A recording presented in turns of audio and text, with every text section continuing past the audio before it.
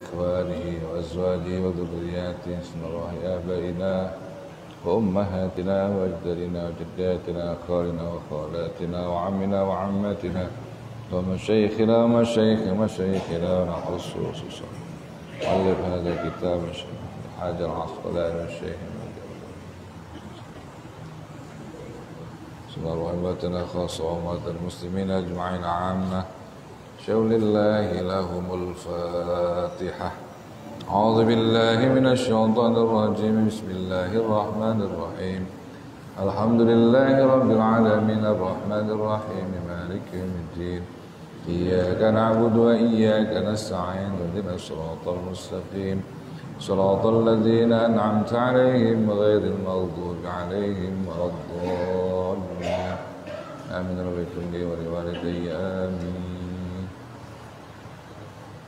Bab gosok, masih bab gosok. Hadis kedua. Hah?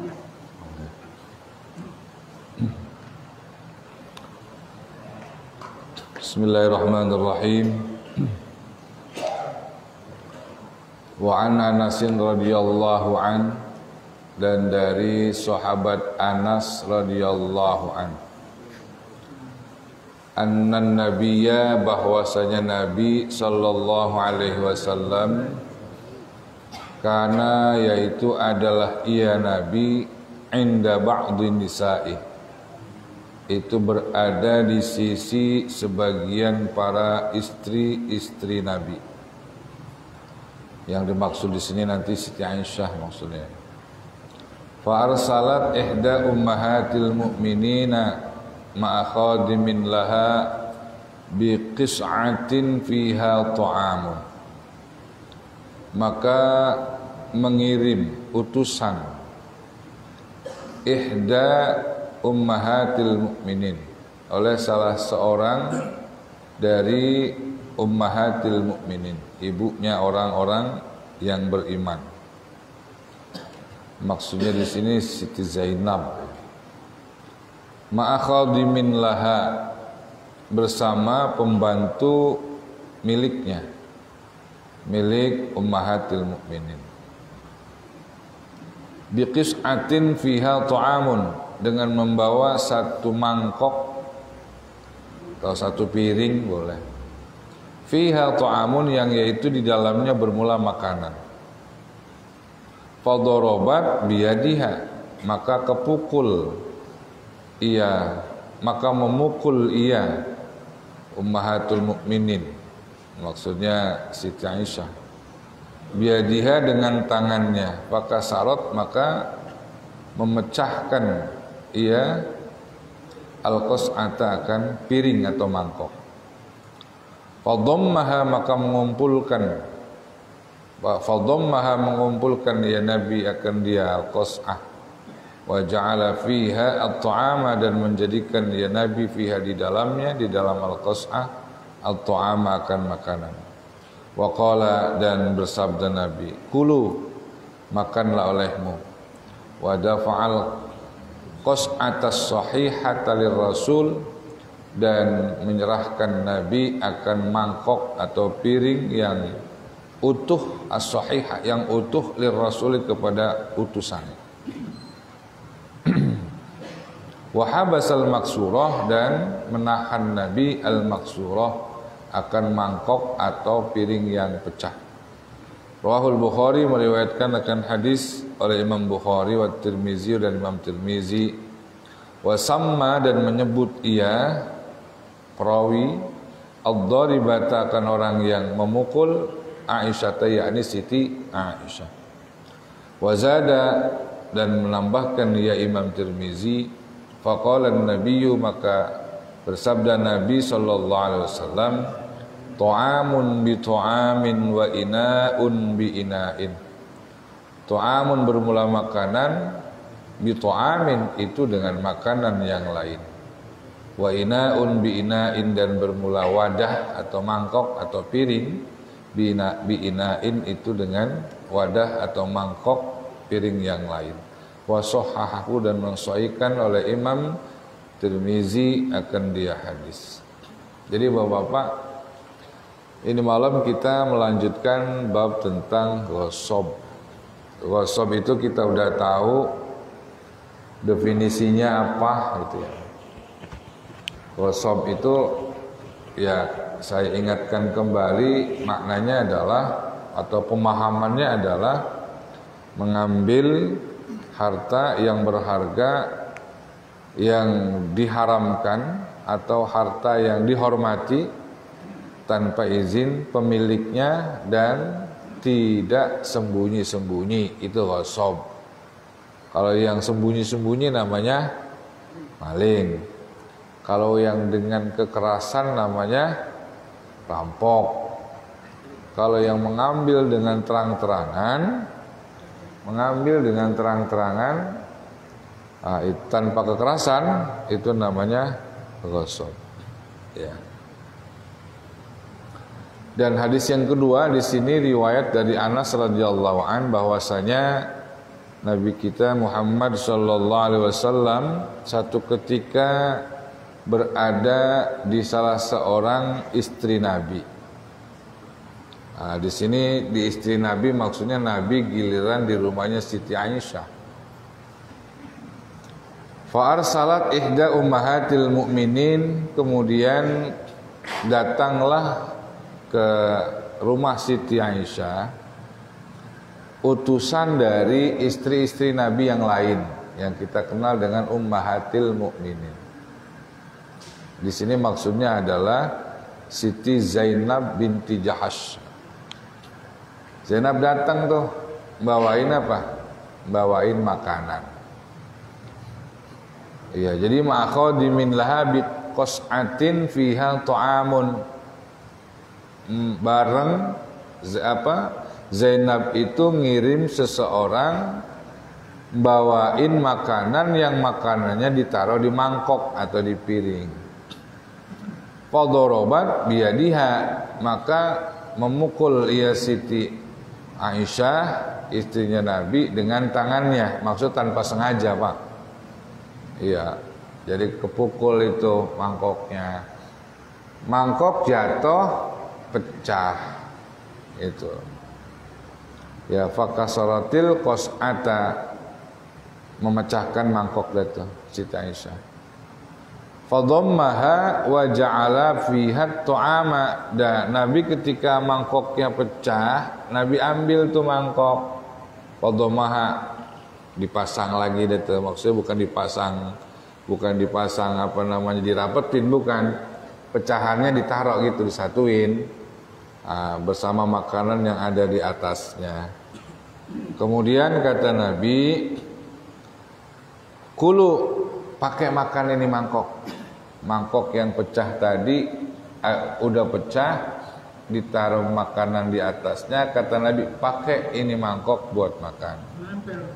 Wadafa'al, belum selesai. Wadafa'al qas atas sahihat talir Rasul. Kemudian Nabi ganti mangkok yang baru, kemudian diberikan kepada utusan dari Siti Zainab binti Jahash atau utusan bini Nabi yang lain. Jadi bahasanya begini. Kalau kita ngejap pecah barang orang, kudu ganti. Ini yang datang utusannya istri Nabi juga. Utusannya istri Nabi yang lain namanya Zainab binti Jahash. Utusan itu ngirimin makanan ke rumahnya Nabi, pas giliran Nabi di rumahnya Siti Aisyah. Jadi ini sama-sama bininya Nabi. Yang itu bininya Nabi bawain mangkok isinya makanan. Yang ini Nabi dan Siti Aisyah. Nabi giliran atau pas giliran mau nerima makanan mangkok itu, ternyata kepukul itu mangkok pecah. Mangkoknya pecah. Ketika mangkoknya pecah, pecahnya nggak hancur berarti. Ya, pecah 3 atau pecah 2, Nabi satuin yang pecah itu, makanannya ditaruh di atas piring yang pecah. Kata Nabi, Siti Aisyah, ganti mangkok yang baru, pulangin sono. Dia datang tadi bawa mangkok utuh, pulang juga bawa mangkok utuh. Nah gitu, maksudnya itu yang dijelaskan tuh. Wahabasal maksuroh, tapi yang pecah diambil sama Nabi. Yang pecah mah kagak dibawa pulang lagi deh tuh. Yang dibawa pulang yang utuh. Begitu. Nah ini ditambahkan dalam hadis ini dikatakan to'amun bi to'amin wa ina'un bi ina'in. Makanan ya pulangnya makanan, piring ya pulang piring. Jadi nggak boleh orang datang ke rumah kita bawa piring utuh, datang ke rumah kita sampai di rumah kita piringnya pecah, terus kita nggak ganti, nggak boleh, kudu diganti. Gitu. Ini padahal sama-sama istrinya Nabi loh. Apalagi orang lain. Gitu. Bapak-bapak di sini ada istrinya 2. Hah? Kalau itu tetap nanti kalau bini mudanya ngejap pecah itu piring, kudu diganti. Ganti. Itu. Hah? Ganti. Kondangan. Kalau kita kondangan kan kadang-kadang kita makan tuh. Pas kita makan pecah. Iya. Ganti, Pak. Ganti. Tapi kalau misalkan kata tuan rumah, udah Bang jangan. Nah, itu terserah kita. Tapi yang wajib hukumnya ganti itu dhaifan. Dhaifan itu siapa? Dhaifan itu tamu tak diundang. Kalau tamu tak diundang di acara walimatul urus itu wajib ganti. Hukumnya wajib kalau dia. Ya karena dia dhaifan. Dhaifan itu tamu tak diundang. Gitu. Kalau lagi ngaji begini, terus guru kerja pecah gelas, wajib ganti nggak nih guru? Hah? Gua ngetan amat maksudnya. Emang disengajain. Ya hukumnya ya ganti. Ganti guru. Ganti. Kalau nggak ridho yang punya. Ini punya masjid. Misalkan nih gelasnya gelas masjid. Itu emang nggak wajib ganti dah. Sebab itu berarti kalau punya masjid, punya wakaf. Punya wakaf tanpa ada unsur kesengajaan nggak apa-apa. Nggak usah diganti. Itu. Ya.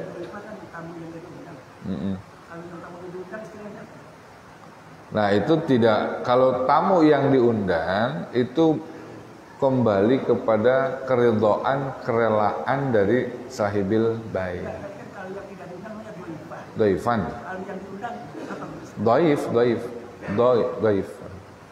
Jadi ada dhaifun artinya tamu. Kalau dhaifanun itu artinya tamu tadi undang. Dhaifanun. Ya. Dhaifan.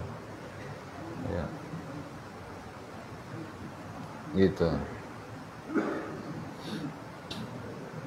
Dan masalah tamu itu kalau bicara walimah, Pak, yang wajib hadir kita cuman 1 dari 10 macam walimah. Namanya walimatul urus.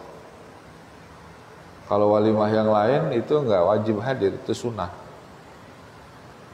Jadi Imam Ibnu Hajar Al-Haytami itu pernah mengatakan dalam kitab Fathul Jawad namanya, innal wala'i ma'asyratun fahabiha. Walimah itu ada 10 macam. Nah, dari 10 macam itu yang wajib kita hadir cuma satu, namanya walimatul urus. Adapun walimah yang lain seperti walimatul khitan, walimatul hizak, walimatul waqirah, walimatul safar, walimatul qudum, walimatul naqi'ah atau walimatul wadimah atau walimatul hizak udah tadi, litahtimil Quran, walimatul imlak, itu enggak wajib, sunnah saja. Tapi yang wajib cuma satu, namanya walimatul urus. Gitu. Apalkan walimah semua ya Pak ya? Hah? Masa agak apa? Semua segmentasi kehidupan kita itu enggak lepas dari apa yang namanya walimah. Ketika kita berada dalam perut ibu kita, itu udah ada walimah. Namanya walimah ma'dubah. Orang kampung kita bilang 7 bulanan, 4 bulanan, 7 bulanan itu walimah loh. Namanya walimatul ma'dubah. Beranak, ceprot, ya 7 hari, walimah apa? Akikah. Udah. Terus gede dikit, berani sunat, walimatul khitan.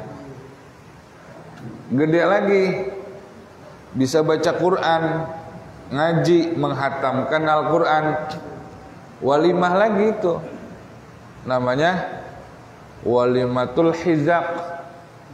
Hizak, ha, zal, alif, qaf. Hizak. Berapa itu?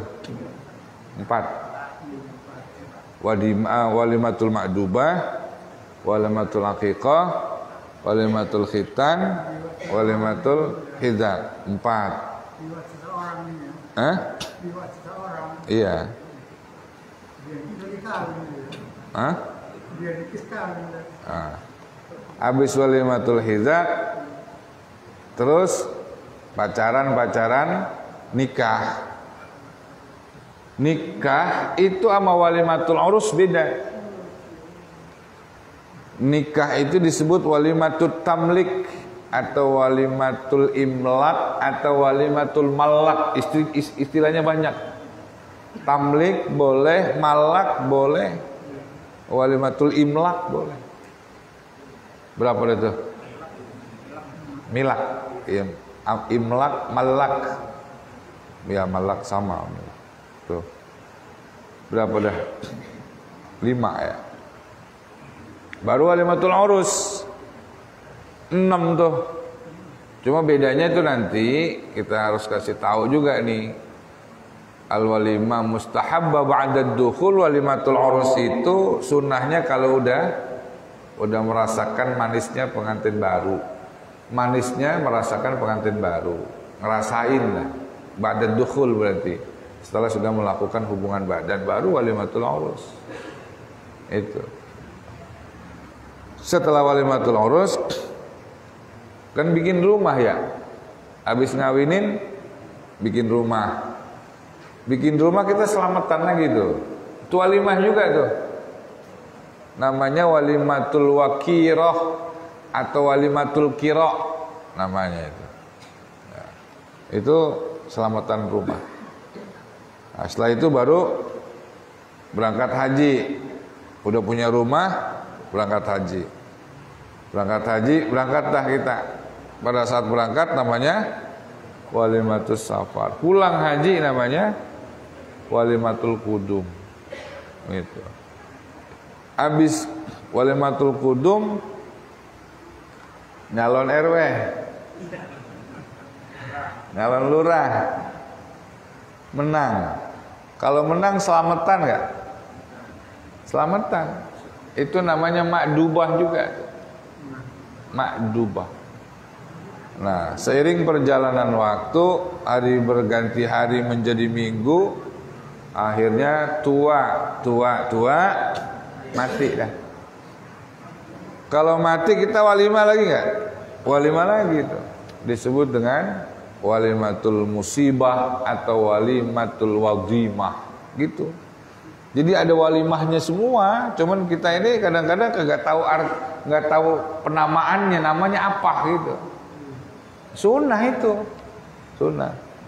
Berarti walimatul musibah atau walimatul wadimah, bahasa lainnya adalah tahlilan, sunnah berarti. Namanya walimatul wadimah atau walimatul musibah. Walimah. Ya.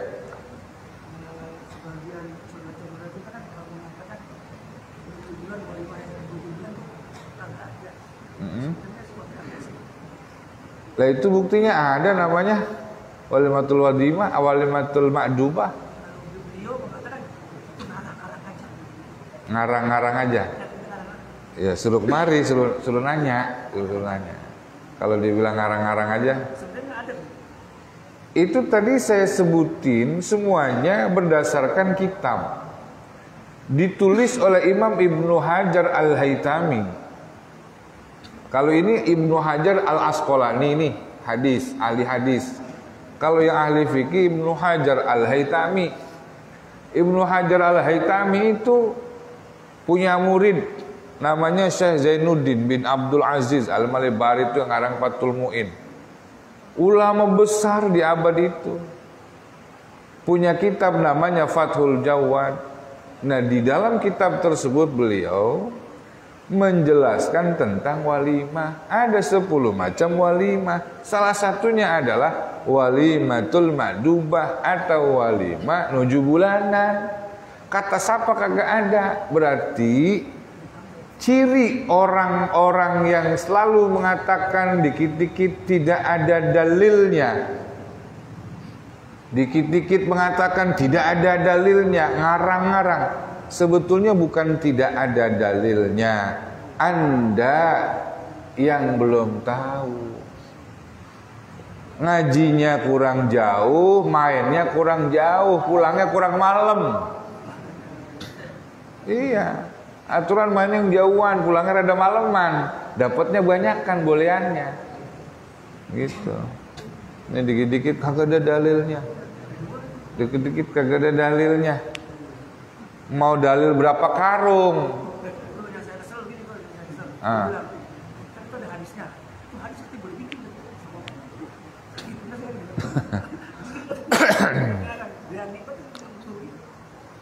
Gampang ngadepin orang begitu mah. Hadisnya itu boleh bikin. Misalkan dibilang, yang bikin siapa? Tanya lagi, yang bikin siapa? Kalau yang bikin itu adalah Imam Bukhari, Imam Bukhari bukan bikin hadis. Imam Bukhari cuma meriwayatkan hadis. Sumbernya dari siapa? Dari Nabi. Kemudian kalau misalkan ada orang itu mah hadis bikinan, maksudnya ente hadis palsu. Emang hadis ada berapa? Tanya dulu. Hadis itu kan ada 34 macam. Yang mana yang mau dimaksudkan? Kalau memang dikatakan hadis palsu, ada kitabnya, udah dari dulu udah dibikin sama ulama. Namanya Al-Maudu'at, kumpulan hadis-hadis palsu. Yang palsu semuanya udah ada ditulis di situ. Kemudian kalau misalkan kita katakan ini hadis dan kemudian dia katakan itu kan bikinan hadis palsu. Ayo ambil kitab Al-Maudu'at. Ada nggak di situ kepalsuan hadis yang saya sampaikan? Misalkan. Harusnya begitu. Enggak ada itu. Itu kan karangan-karangan ulama. Tar dulu, ente siapa emang? Ente yang ente ikutin siapa? Saya ngikutin Nasiruddin Albani misalkan. Ya katakan Nasiruddin Albani manusia bukan? Manusia berarti sama ente. Kalau misalkan dia bawa-bawa ulama kita sampai kayak begitu. Emang yang bikin ilmu hadis siapa? Ente tahu yang bikin ilmu hadis? Siapa itu yang ngomong hadis ini sahih? hadis ini dhaif, hadis ini maudhu, hadis ini gharib, hadis ini hasan, hadis ini mutawatir dan lain sebagainya. Siapa yang bikin itu? Apa dari Nabi? Enggak ada itu. Nabi enggak pernah bikin. Kata Nabi, hadisi hadza sahihun, hadisku ini sahih. Kagak ada. Nabi enggak pernah mengatakan itu. Hadisi hadza sahihun, enggak ada. Kalau misalkan ada ulama yang mengatakan ini hadis sahih, itu udah kata ulama. Termasuk ulama-ulama ente, misalkan tuh orang yang tadi mengatakan katanya hadis itu hadis bikinan, ulama ente juga banyak bikin hadis. Kita banyak punya fakta, punya data maksudnya. Mengatakan hadis giliran hadis kita, karena ulamanya bukan ulama kita, dikatakan lemah. Giliran hadis yang kita pakai, karena memang kita ngikutin ulama yang sepaham dengan ahli sunnah wal jamaah, dia bilang maudhu. Kadang gak sesuai dengan pahaman ulama dia. Jadi objektivitasnya di mana? Kalau bicara hadis, ayo bicara objektif. Satu contoh kecil saja. Mengatakan kunut, misalkan kunut saja dibilang apa? Bid'ah. Bid'ah menurut siapa? Emang ulama satu. Bid'ah oke menurut ulama yang ini, tapi yang ini jangan nafikan ulama yang lain. Kalau kita mau objektif bicara tentang keilmuan gitu, nggak boleh begitu itu. Contohnya siapa coba? Imam Ahmad aja, kita tahu Imam Ahmad itu. Imam Ahmad bin Hambal. Satu ketika beliau pernah melihat anak muridnya udah jadi seorang ulama. Kemudian satu ketika anak murid beliau yang udah jadi ulama lagi ngajar di bawah pohon. Kemudian pada saat beliau lagi ngajar di bawah pohon, ada anak muridnya yang enggak kebagian ademnya pohonan, enggak kedapetan di bawah pohon, dia kepanasan. Imam Ahmad bin Hambal negor muridnya nungguin malam. Karena beliau tahu bahwa murid yang udah bisa ngajar itu kalau malam kagak pernah tidur. Jam 2 beliau ketok-ketok pintu lagi muzakarah. Ya Allah Imam Ahmad, kenapa Anda malam-malam datang kemari? Bisa aja nyuruh siapa panggil saya kalau memang ada urusan. Kata Imam Ahmad, enggak, saya enggak ada urusan apa-apa. Saya cuma mau ngasih tahu, nih bini kamu jangan sampai denger nih. Kamu itu ngajar, tadi anak murid kamu ada yang kagak keduman daun sehingga kepanasan. Itu nggak boleh begitu. Dan saya sampaikan ini maaf, jangan sampai bini kamu denger nanti kamu malu. Kayak begitu coba. Artinya Imam Ahmad bin Hambal menyikapi persoalan itu sampai kayak gitu. Bagaimana dengan guru beliau kayak Imam Syafi'i? Ahmad bin Hambal kan muridnya Imam Syafi'i. Gak mungkin Imam Syafi'i itu dikritik habis oleh kayak Imam Ahmad bin Hambal. Gak mungkin. Imam Ahmad bin Hambal punya etika yang luar biasa. Itu cara ulama kita dalam menyampaikan perbedaan atau dalam menyampaikan teguran-teguran. Kalau ini kan yang sekarang nih, waduh, mukanya muka bengal kalau kata saya sih. Iya. Enak banget gitu. Wah, anu. Ya Allah, semuanya ngapa baca? Semuanya baca. Ya. Jangan kemudian baca atu-atu. Jadi kita nggak pernah jadi orang yang bijaksana, Pak, kalau kita hanya menilai segala sesuatu dengan subjektif. Objektif kita dalam menilai. Ini ilmiah, pasti ada pendapat yang berbeda. Ya monggo silakan gitu. Jangan nyala-nyalain yang lain. Itu ya. Ya hari ini kita emang lagi seperti itu keadaannya. Apalagi perkembangan medsos ya Pak ya. Hari ini lagi ada musim apa nih? Musim Natal. Rame tuh persoalan Natal gitu. Musiman, tahunan biasa. Besok ada apa lagi? Musiman ini. Diangkat lagi tuh persoalan-persoalan. Ya. Jadi kadang-kadang kita jadi kayak apa ya? Seperti orang yang mengikuti irama, ada yang setting gitu. Ayo umat Islam yang ada di Indonesia hari ini, kalian harus membaca artikel ini, kalian harus membaca video ini, share ya, sampaikan ya, ramaikan ya. Orang Kristennya mah kagak tahu Pak. Iya, orang Kristennya mah kagak tahu, kita aja yang pada repot. Berantem dah kita, gara-gara beda pandangan. Ini yang geblek siapa sih sebetulnya? Iya.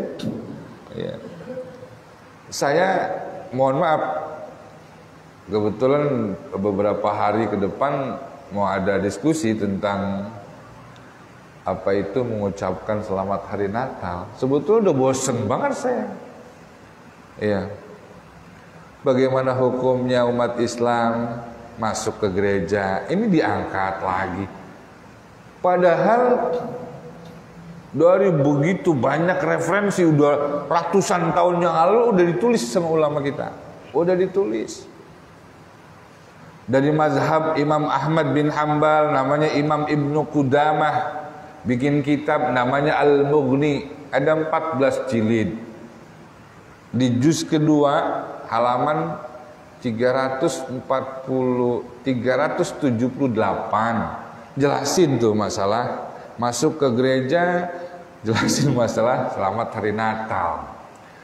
Di Quluyubi sama begitu juga. Belum di Mughnil Muhtaj, Imam Nawawi, imam kita. Semuanya kitab-kitab hadis juga banyak dijadikan sebagai rujukan. Banyak Pak semuanya kitabnya. Kesimpulannya cuma dua. Kesimpulannya dua. Ada yang mengatakan haram, ada yang mengatakan makruh. Begitu. Kemudian yang mengatakan haram dengan catatan. Kalau misalkan masuk ke dalam gereja seperti Imam Ibnu Qudamah tuh tulis dalam kitabnya Al-Mughni, masuk ke dalam gereja dengan catatan tidak ada patung di dalam gereja, itu menjadi sesuatu yang makruh. Kalau ada patungnya menjadi sesuatu yang haram. Imam Syafi'i pandangannya beda lagi. Kalau tidak ada larangan, enggak apa-apa, cuma hukum makruh. Tapi kalau misalkan tidak boleh masuk, jangan memaksakan masuk, karena nanti hukumnya haram. Segitu-gitu doang sebetulnya. Gitu. Dari dulu saya nggak pernah berubah kalau masalah Natal. Haram mengucapkan selamat hari Natal. Saya katakan haram. Iya. Walaupun ada yang pandangannya beda sama saya. Ada orang mengatakan begini, kalau buat saya nggak haram guru, silahkan.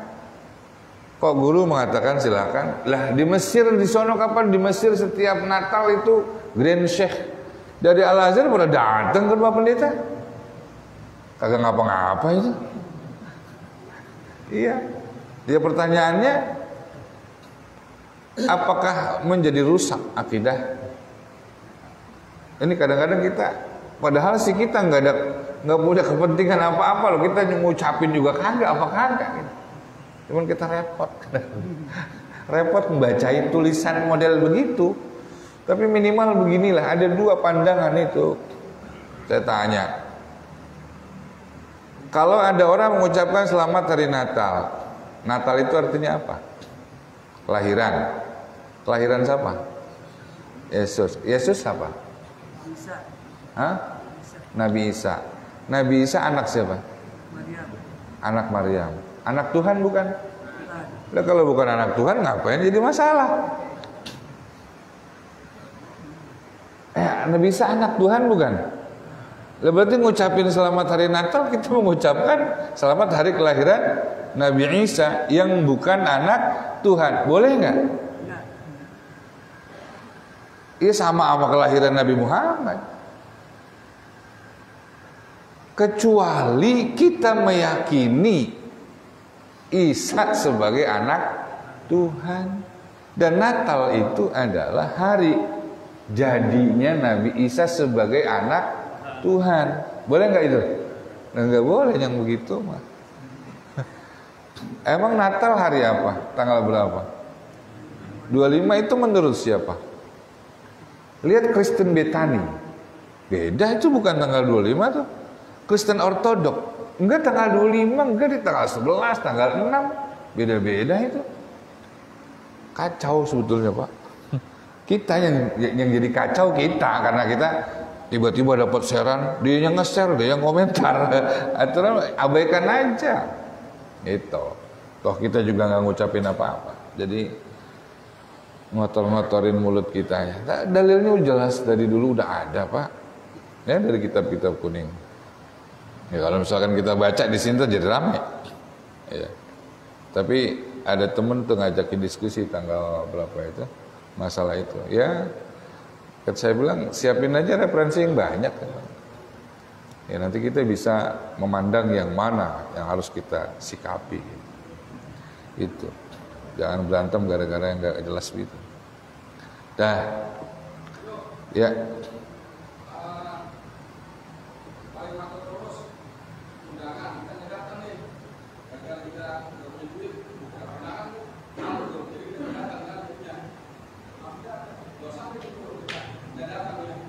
Enggak. Ya. Kalau kita diundang walimatul urus, itu sebetulnya enggak wajib kita bawa amplop. Lah, enggak wajib, Pak. Datang makan. Lah. Itu dia, makanya ini biar paham. Jadi walimah itu kan sebetulnya acara syukuran. Syukuran kepada Allah, syukuran kita kepada Allah karena Allah sudah berikan jodoh buat anak kita yang kita sebut dengan walimatul urus. Itu yang wajib cuma datangnya sebetulnya dalam kajian agama mah. Adapun bawa amplop itu kembali kepada adat. Gitu. Yang wajib datang. Adapun amplop adat. Gitu. Nah, adat itu menjadi adat yang bisa ditinggal apa enggak? Kalau misalkan kita tidak melakukan adat itu menjadi fitnah atau tidak, begitu kan persoalannya.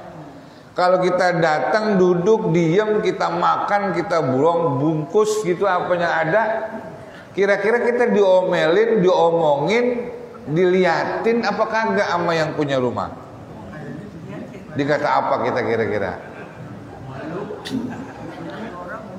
Ya. Itu adat. Nah, adat itu kalau memang pada akhirnya kita tinggalkan menjadi fitnah, meninggalkan adat akan menimbulkan permusuhan, maka adat itu nggak boleh kita tinggal. Tarkul adah al-adawah, meninggalkan adat akan timbul permusuhan, maka al-adah muhakkamah. Adat itu bisa kita jadikan sebagai salah satu landasan hukum. Maknanya kalau memang kita nggak bisa meninggalkan adat itu karena nanti pasti akan timbul fitnah. Kalau kita datang doang, kagak kondangan, kagak ngamplopin, pasti jadi fitnah. Maka adat itu nggak boleh kita tinggal. Menjadi punya ketetapan hukum, muhakkamah namanya. Silakan bawalah amplop gitu. Tapi nggak boleh juga dengan alasan kita nggak punya duit kita kagak datang karena kita nggak bisa ngamplopin yang punya rumah. Nggak bisa juga jadi alasan. Karena kita ini belum sepakat loh, Pak. Coba masyarakat kita ini sepakat nggak sih kalau orang kondangan itu utang? Kita sepakat nggak? Orang kalau kondangan itu utang apa nggak sama kita? Hah? Enggak kan? Nah, kalau nggak keutangan berarti nggak wajib. Gitu, nggak wajib bayar. Coba dah. Ya, kalau misalkan kita kondangan, setiap kali ada yang kondangan dicatat dan menjadi hutang.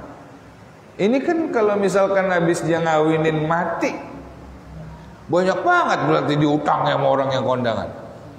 Dan berarti ahli warisnya, kenapa? Emang tahu anak kita? Rata-rata dicatat gitu. Kalau yang mati, berarti udah habis kan? Selesai berarti nggak dibayar dong. Iya, ini makanya disepakati dulu. Ayo bapak-bapak, orang kondangan ini utang apa hadiah? Ayo, kesepakatannya apa di kampung kita?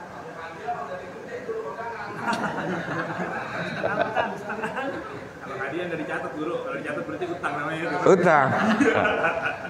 Ini kan berarti yang bikin hukum kita sendiri loh Pak. Secara hukum fikih itu yang namanya walimatul urus, datangnya seseorang itu adalah cuma kedatangannya saja tanpa ada embel-embel bawa apa-apa. Kalaupun dia bawa apa-apa, maka itu dianggap sebagai hadiah. Dalam hukum fikihnya begitu. Sebagai hadiah, datangnya wajib. Kemudian ketika kita memberikan sesuatu kepada sahibil bait, tuan rumah, itu hukumnya hadiah. Itu hukum fikihnya begitu. Gitu. Nah kalau hadiah lebih enak, selesai. Kita matilah kagak ada tuntutan apa-apa. Kagak ngutangin kita, begitu. Tapi kalau ada yang kosong gimana tuh?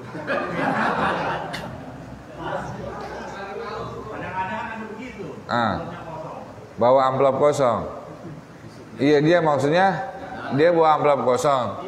Terus yang punya rumah ketika dia buka amplopnya kosong, marah apa kagak dia? Ngomong apa kagak? Dumel apa kagak? Berarti dia itu meyakini utang. Ayo deh, yang nih biar jelas hukumnya. Saya sih nolongin bapak-bapak ini. Maksudnya kalau bapak-bapak sepakat hadiah, nanti kita ketok hukumnya hadiah. Cuman nggak boleh ada yang nuntut. Dan kagak boleh ada yang mengatakan bahwa wah dia itu dulu pernah utang sama gua, utang kondangan, dia belum bayar. Nggak boleh begitu. Hadiah ya hadiah, selesai. Setelahnya kondangan. Tapi guru kalau cuma seandainya kita udah tua, kita udah kondangan dikondangin sama kita berulang 4 kali, 5 kali. Ada anak-anak muda baru ngawin sekarang, bukan dia sering kondangan sama kita. Kalau kita nggak punya hati nurani untuk mengembalikan, enggak amat.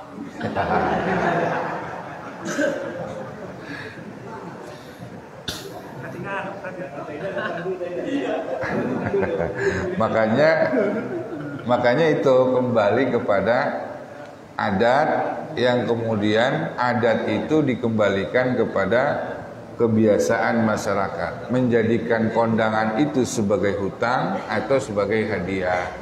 Nah kalau saya sih ngelihat kembali kepada ajaran agama yang sesungguhnya itu ajaran agama cuma menjadikan sebagai hadiah, bukan menjadikan sebagai hutang piutang. Kalau misalkan kita sudah menjadikan sebagai hadiah, ini lebih enak, kita akan terbebas kita dari tanggung jawab terhadap sesama nanti di pengadilan Allah gitu. Kalau kita sudah menjadikan itu sebagai hadiah, ya sudah selesai berarti gitu. Cuma kemudian enak banget dijadiin hadiah. Saya udah 4 kali kondangan sama dia, guru. Sementara giliran saya ngundang, dia agak datang. Iya. 4 kali loh. Mana sekali kondangan saya paling dikit gocap. 4 kali, 5, 2 miliar, 200.000. Kalau yang 200 kali 2, 800.000. Lah ini mau hitung-hitungan kayak orang dagang gitu jadinya. Jadi kembalinya kepada muru'ah. Nah nanti kepada muru'ah itu, orang itu dianggap bagus tidak Islamnya. Kalau orang yang punya muru'ah, dia tidak akan meninggalkan apa yang menjadi kewajibannya. Pernah diberikan hadiah, dia akan membalas hadiah itu. Kan kata Nabi, tahadu tahabu, saling memberikan hadiah kalian, maka saling mencintai kalian. Dan ketika dia sudah melakukan itu, hadis ini sudah diamalkan, maka dia akan termasuk orang yang sempurna agamanya. Min husni islamil mar'i tarkuhu ma la ya'nihi. Sebagian dari bagusnya Islam seseorang adalah meninggalkan sesuatu yang nggak ada manfaatnya. Berarti kalau dia nggak kondangan nggak ada manfaatnya. Kalau dia kondangan ada manfaatnya. Nah dia kembali kepada kesejatian manusianya. Kalau saya sih lebih cenderung udah jadikan itu sebagai hadiah, namun kemudian dia mau kondangan apa enggaknya, kembalikan itu kepada kesejatian dia sebagai seorang muslim. Kalau dia sejati sebagai seorang muslim, dia pasti akan tahadu tahabu, saling memberinya itu dia ingat, dan dia akan memberikan hadiah sebagaimana dia pernah diberikan hadiah. Itu aja kalau menurut saya sih. Utang bukan jadinya. Utang lagi aja. Ya tapi itu serah kepada bapak keyakinannya. Ya. Hah? Ya ini kan berarti karena kita belum pada paham. Kalau udah pada paham malah enak. Betul. Jadi kembali itu tadi jawabannya Bang. Ya seperti itu. Kalau bisa mah datang aja. Ya. Berapa duit aja kita datang kondangan. Ya udah nggak masalah. Ya kalau bisa mah di atas 5.000. Sebab kalau di bawah 5.000 fitnah lagi nanti. Ya.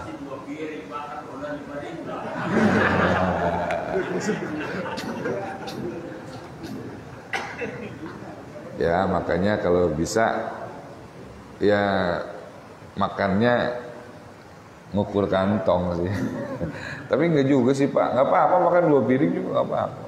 Orang lagi sedekah kok dia. Walimatul urus itu kan sedekah. Berarti kalau dia ada yang dimakan makanannya, dia dapat pahala banyak itu. Iya, begitu. Hah?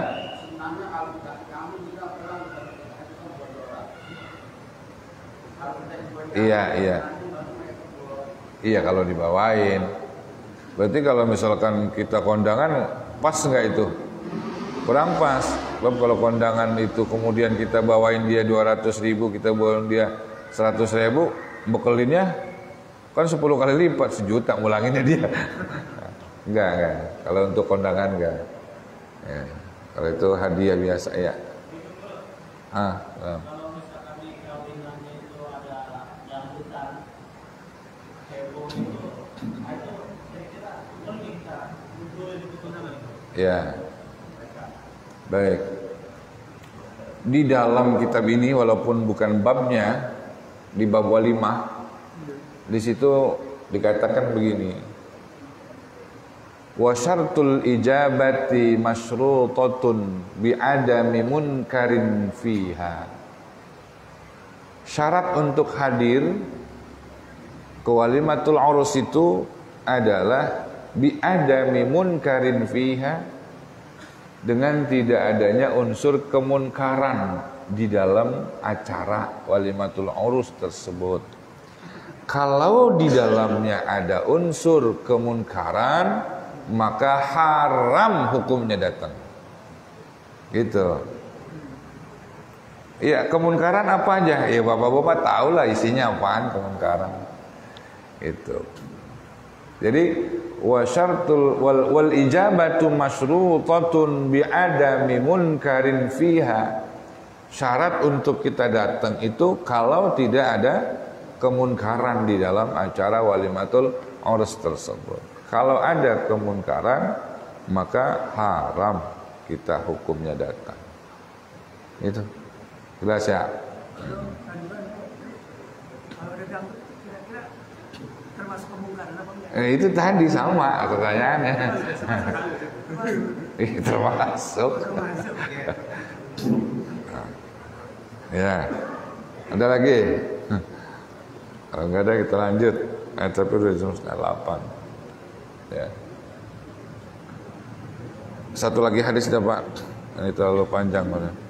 Wa an Rafi ibni Khadij radhiyallahu anhu qala Rasulullah sallallahu alaihi wasallam man zar'a fi ardi qaumin bighairi idnihim falaysa lahu min az-zar'i syai'un wa lahu nafqatuhu. Rawahu Ahmad wal arba'ah wan Nasa'i wa hasanahu at-Tirmizi wa yuqalu innal Bukhariya dha'afa. Dan dari Rafi bin Khadij radhiyallahu an berkata, ia telah bersabda oleh Rasulullah sallallahu alaihi wasallam, man zara'a, bermula barang siapa itu menanam ia fi ardi qaumin, di bumi satu kaum, bi ghairi iznihim, dengan tanpa izin mereka, falaisa lahu minaz zar'i syai'un, maka tidak ada baginya minaz zar'i, dari tanaman tersebut, syai'un, oleh sesuatu, walahu nafqatuhu, dan yaitu baginya nafqatuhu, bermula membelanjakannya, maksudnya mengurusi zar'un. Rawahu Ahmad, riwayatkan akan hadis oleh Imam Ahmad wal arba'ah wan Nasa'i, illa Nasa'i, kecuali Imam Nasa'i, wa hasan al-Tirmizi, dan menghasankan akan hadis oleh Imam Tirmizi, qalu, dan dikatakan innal Bukhari dha'afa, sesungguhnya Imam Bukhari itu mendhaifkan, Imam Bukhari akan dia hadis. Jadi Pak, hadis ini memberikan pemahaman kepada kita begini. Siapa yang nanam puunan di tanah orang? Siapa yang nanam puunan di tanah orang? Bi ghairi iznihim, tanpa izin. Falaisa lahu minaz zar'i syai'un. Orang itu enggak berhak sama sekali apabila puunan itu gede berbuah. Sama sekali enggak berhak. Yang nanam puunan tadi itu. Walahu nafqatuhu, dan dia boleh untuk mengurusi atau membelanjakan apa yang menjadi kebutuhan pohon itu. Dia yang nanam, dia punya tanggung jawab. Punya tanggung jawab untuk ngurusin. Dan yang punya tanah pun punya tanggung jawab buat ngurusin. Tapi yang nanam itu falaysa lahu minaz zar'i syai'un, kagak dapat apa-apa. Kalau berbuah kagak boleh diambil buahnya. Paham enggak maksudnya, Pak? Ini orang geblek amat ya. Jadi kalau kita nanam di tanah orang enggak ada izin, punahnya gede, yang punya tanah lagi diem aja. Udah gede, udah berbuah, baru ngomong. Lah pun gua ini. Tapi bagi yang punya tanah, dia boleh mengganti bibit pohon tersebut.